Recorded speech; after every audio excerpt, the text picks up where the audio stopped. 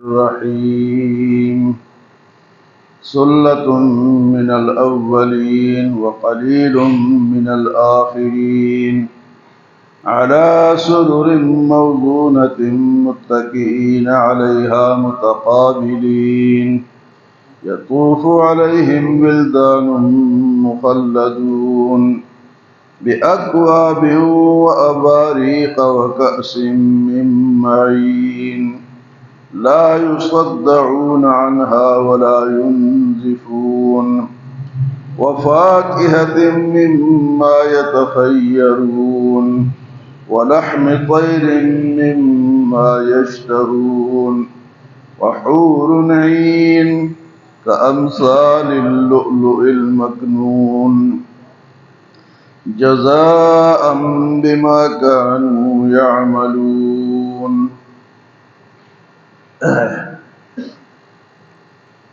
سورۃ واقعہ ایک تو اس کی فضیلت کل آپ حضرات کے سامنے بیان کی تھی کہ اس سورت کو روزانہ پڑھنا چاہیے، اور جو لوگ اس کو پڑھتے ہیں ان کے گھروں میں کبھی بھوک نہیں آتی.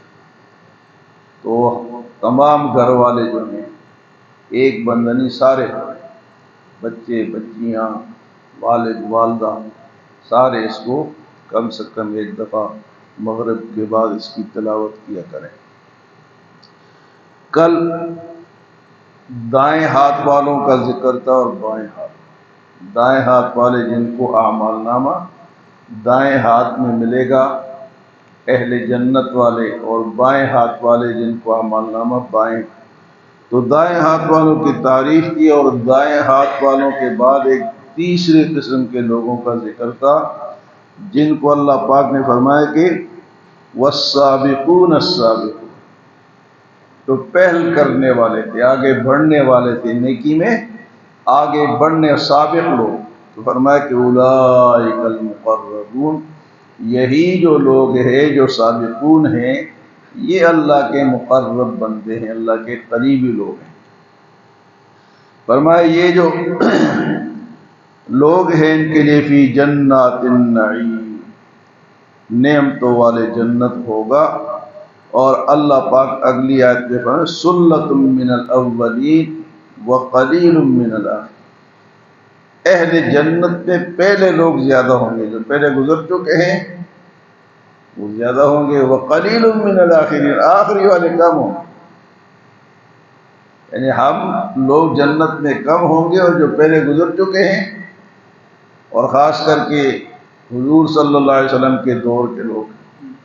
آپ صلی اللہ علیہ وسلم نے ارشاد فرمایا کہ خیر القرون قرنی ثم الذین یلونہم ثم الذین یلونہم، بہترین زمانہ میرا زمانہ ہے، پھر اس کے ساتھ جو ملا ہوا ہے، پھر اس کے ساتھ جو ملا ہوا. یعنی حضور صلی اللہ علیہ وسلم کا زمانہ، صحابہ کا زمانہ، اور تابعین کا زمانہ، اور تبع تابعین کا زمانہ. تو جتنے پہلے لوگ گزر گئے وہ نیکی میں بڑھ کر تھے. تو اللہ فرماتے ہیں سلۃ من الاولین، پہلے والوں میں وہ جنت میں زیادہ جانے والے ہوں گے، وقلیل من الاخرین، اور آخری جو ہے وہ کم ہوں گے. تو لازمی بات ہے جتنے حضور صلی اللہ علیہ وسلم کے دور سے لوگ دور ہوتے جاتے ہیں اتنے وہ عمل میں کم ہو رہے ہیں، اعمال میں کم ہو رہے ہیں. اور آج کل تو چھوڑ ہی دیے، برائے نام مسلمان ہیں. اگر پوچھو نا کہ لا الہ الا اللہ محمد الرسول اللہ کا ترجمہ کر کے دکھاؤ تو نہیں دکھا سکتے، کسی کو نہیں آتا. ہاں وہ اسکول میں جو یاد کیا نا کہ پہلا کلمہ طیب، طیب معنی پاک، لا الہ الا اللہ محمد الرسول اللہ، بس یہ ہمیں یاد ہے. لیکن اگر لفظی ترجمہ پوچھو کہ لا الہ الا اللہ،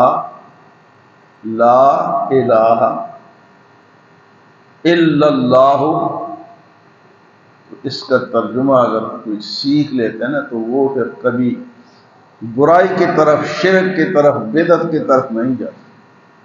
کیونکہ لا یعنی چوں تیغ لا بدستاری بیا تنہا کے غمداری، چوں تیغ لا الہ، اور یہ ہر جگہ ہے. سبحانک اللہم و بحمدک و تبارک اسمک و تعالی جدک ولا الہ.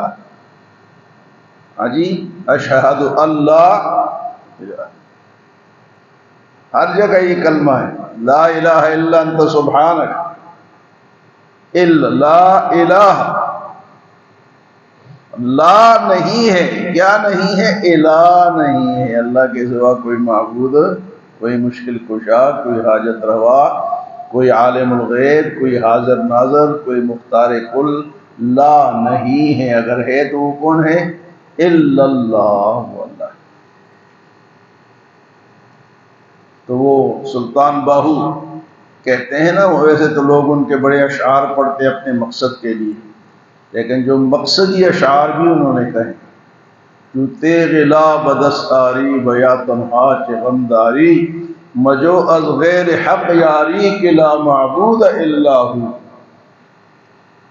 تو جب تیرے ہاتھ میں لا کی تلوار ہے، لا ایک تلوار ہے، جب میں مسلمان پڑھتا کہ لا، کوئی امریکہ نہیں، کوئی روس نہیں، کوئی دنیا نہیں، اگر ہے تو وہ صرف طاقت کس کے پاس ہے؟ اللہ کے پاس. یہ سمجھنے کی بات ہو. جو تیغ لا بدستاری، تیرے ہاتھ میں لا کی تلوار آ گئی ہے، یہ تلوار ہے، تو اب کسی سے نہیں ڈرتا. تو تیغ لا بدستاری بیا تنہا چه غمداری، اکیلے چل، تجھے کوئی نقصان نہیں پہنچاتا. تیرے ساتھ کون ہے؟ اللہ ہے. تو تیغ لا بدستاری بیا تنہا چه غمداری، مجو از غیر حق یاری، اللہ کے سوا کسی سے دوستی نہ لگا. کہ لا معبود الا ہو، کہ اس کے سوا کوئی معبود نہیں ہے.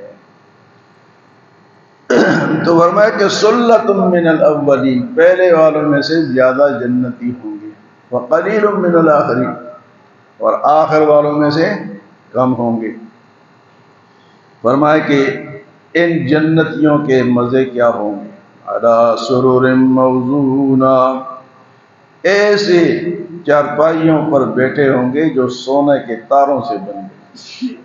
ایسے صوفے اور ایسی چارپائیاں، ایسے تخت جن میں سونے کے تار لگے ہوں گے. علی سرر موضونہ متکئین علیہا متقابلین، یہ اہل جنت آمنے سامنے بیٹھیں گے، ایک دوسرے کے پیٹ نہیں کریں گے. پیٹ کرنے ایک اچھی بات نہیں سمجھی جاتی کہ اس نے میرے سے منہ موڑ لیا، پیٹ کر دی. تو اہل جنت آمنے سامنے، کرسیاں، صوفے، چارپائیاں، بیٹھنے کی جگہ، سارے ایک دوسرے کو دیکھ رہے. متکئین علیہا متقابلین، آمنے سامنے بیٹھے ہوں گے. یطوف علیہم ولدان مخلدون، اور چھوٹے جوان بچے ان کے ارد گرد خدمت کے لیے طواف کر رہے ہیں. ہاں جی، کیا چاہیے؟ یعنی پرتیلے بچے، نئے بچے، بوڑھے نہیں، ہم جیسے نہیں کہ نہ اٹھ سکے نہ بیٹھ سکے. ہاں جی، کیسے بچے؟ یطوف علیہم ولدان مخلدون، اہل جنت کے لیے اللہ ایک نئی پود پیدا فرمائیں گے. وہ جو جوان بچے ہوں گے وہ بھی جنت میں اللہ پیدا فرمائیں گے، دنیا والے نہیں ہوں. بعض روایت میں یوں بھی آتا ہے کہ کافروں کے جو چھوٹے بچے فوت ہو گئے وہ وہاں اس طرح ہوں گے، لیکن اصل بات یہ ہے کہ جس طرح حوریں وہاں کی مٹی کی ہوں گی، اسی طرح وہ بچے بھی وہاں کی پیداوار ہیں، وہ خدمت کے لیے ہوں گے، دوڑ رہے ہوں گے. یطوف علیہم، طواف کر رہے ہوں گے، ولدان مخلدون، وہ بچے جو ان کو چاہیے ہوں گے. اور بندہ چاہتا ہے نا کہ چھوٹا کوئی ہو تو ادھر دوڑے ادھر کام کرے، جنت میں موجود ہوگی. بِأَكْوَابٍ وَأَبَارِيقَ، ان کے ہاتھ میں گلاس ہوں گے اور سرائیاں ہوں گی. وَكَأْسٍ مِّن مَّعِينٍ، اور ان گلاسوں اور سرائیوں میں نتھری ہوئی شراب، خوبصورت شراب. یہاں تو منع ہے لیکن مسلمان یہاں بھی پیتے ہیں، اور اس دور میں بہت زیادہ ہو گئے.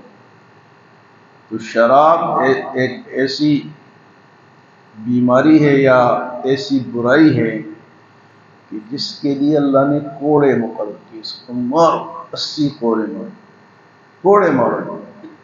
یہ اتنی حد جو ایک چیز کے لیے اللہ نے مقرر کی تو اس کے اندر کوئی خرابی ہوگی نا۔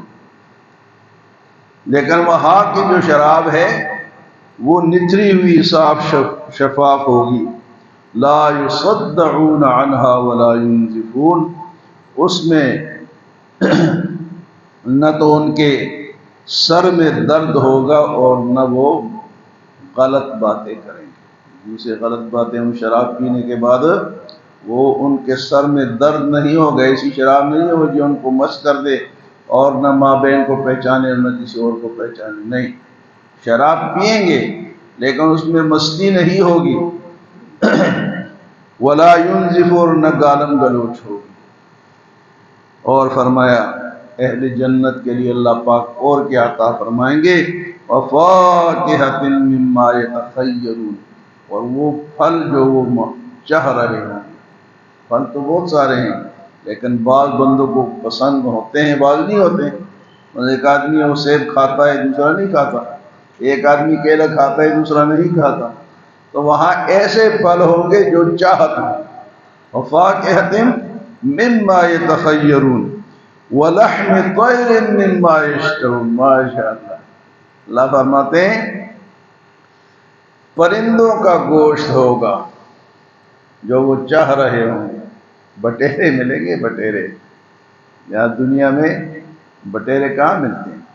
پرندوں کا گوشت اس لیے فرمایا کہ یہ باقی گوشت سے زیادہ لذیذ ہوتا ہے، لوگ چاہتے ہیں کہ پرندوں کا گوشت جنت میں وہ ملے۔ فرمایا وَلَحْمِ طَيْرٍ مِّمَّا يَشْتَهُونَ، جو چاہیں گے وہ پرندوں کا گوشت ملے گا، کھوتوں کا گوشت نہیں ہوگا، گدھوں کا گوشت۔ اللہ، اب سننے میں آ رہا ہے کہ جو پنجاب میں جانور سیلاب سے مرے ہیں نا، وہ کاٹ کاٹ کے دوسرے علاقوں کو بیچ رہے ہیں، گوشت بیچ۔ یہ بھی مسلمان چند پیسے ہی کمائیں گے، اور جن کو نہیں پتا ہوگا وہ کھا لیں گے اس مردار جانور۔